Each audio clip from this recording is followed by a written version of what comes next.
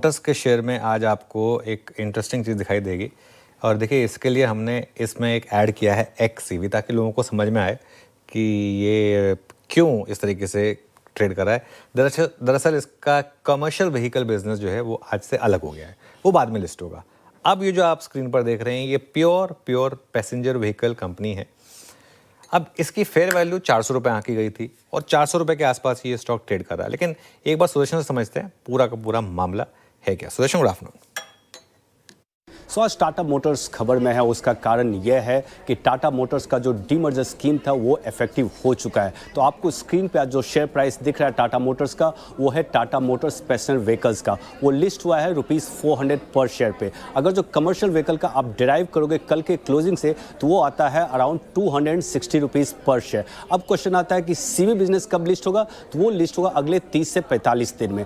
तो अगर जो टाटा मोटर्स ओवरऑल बिजनेस की बात करें तो उसमें 3 बिजनेसेस आते हैं। पहला JLR, दूसरा Tata Motors passenger vehicle business और तीसरा आता है कमर्शियल व्हीकल बिजनेस। और कंपनी कुछ एक स्टेक भी होल्ड करती है लाइक टाटा कैपिटल में और टाटा टेक्नोलॉजीज में। अब डीमर्जर के बाद जो Tata Motors passenger vehicle business में है उसमें आएंगे India passenger vehicle business, JLR और कंपनी जो स्टेक होल्ड करती है टाटा टेक्नोलॉजीज में।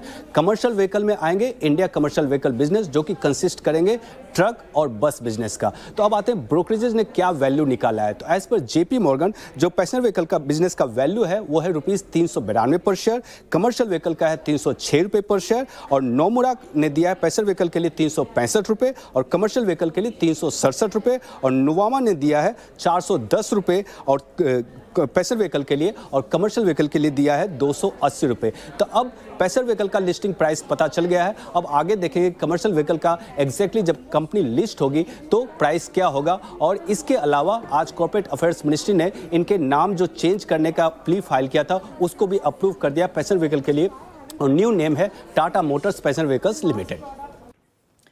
शुक्रिया सुदर्शन ये पूरी जानकारी के लिए। टाटा मोटर्स डीमर्जर पर ये रिपोर्ट और डिटेल आप। मयूरेश जी, गुड आफ्टरनून। मार्केट में बहुत बज़ है कि Tata Motors demerger share holders के लिए वैल्यू अनलॉक करेगी। अब मेरा सवाल आपसे ये कि क्या आपके हिसाब से सच में सम ऑफ द पार्ट्स होल से ज्यादा होंगे?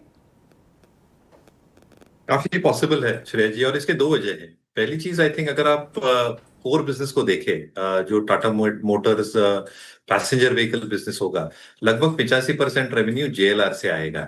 और कहीं ना कहीं आई थिंक जो दिक्कतें JLR फेस कर रहे थे for various reasons in the past few months, कहीं ना कहीं आई थिंक तीसरे तिमाही के बाद ये रीजंस मॉडरेट होने चाहिए। और इसलिए आई थिंक एक जो हम ग्रोथ की उम्मीद करते हैं, if I put in numbers for FY27 volumes के हिसाब से and general revenue contribution to Tata Motors private vehicle, तो कहीं ना कहीं आई थिंक ये इंक्रीमेंटली ऐड कर सकता है। सेकंड, आई थिंक जो उनका CV part of the business है, यहाँ पे जो हम एक उम्मीद लगाए बैठ सकते हैं, इन्होंने जो इविको ग्रुप को टेक ओवर किया है, I think that should triple their turnover in technologies like electric or alternate fuel technologies.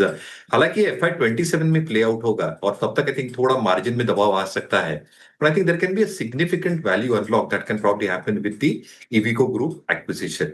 ये भी नहीं भूलना चाहिए कि तो 3% स्टेक है टाटा कैपिटल में, यहाँ पे एक वैल्यू अनलॉक करके अच्छे खासे फंड शायद बैलेंस शीट पे आ सकते हैं। तो there are a lot of moving parts Tata Motors के लिए।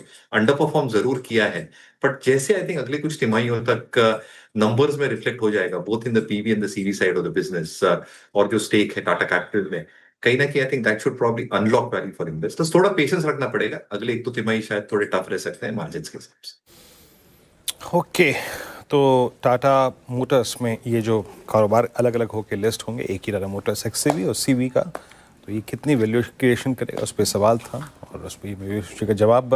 अच्छा, इस बीच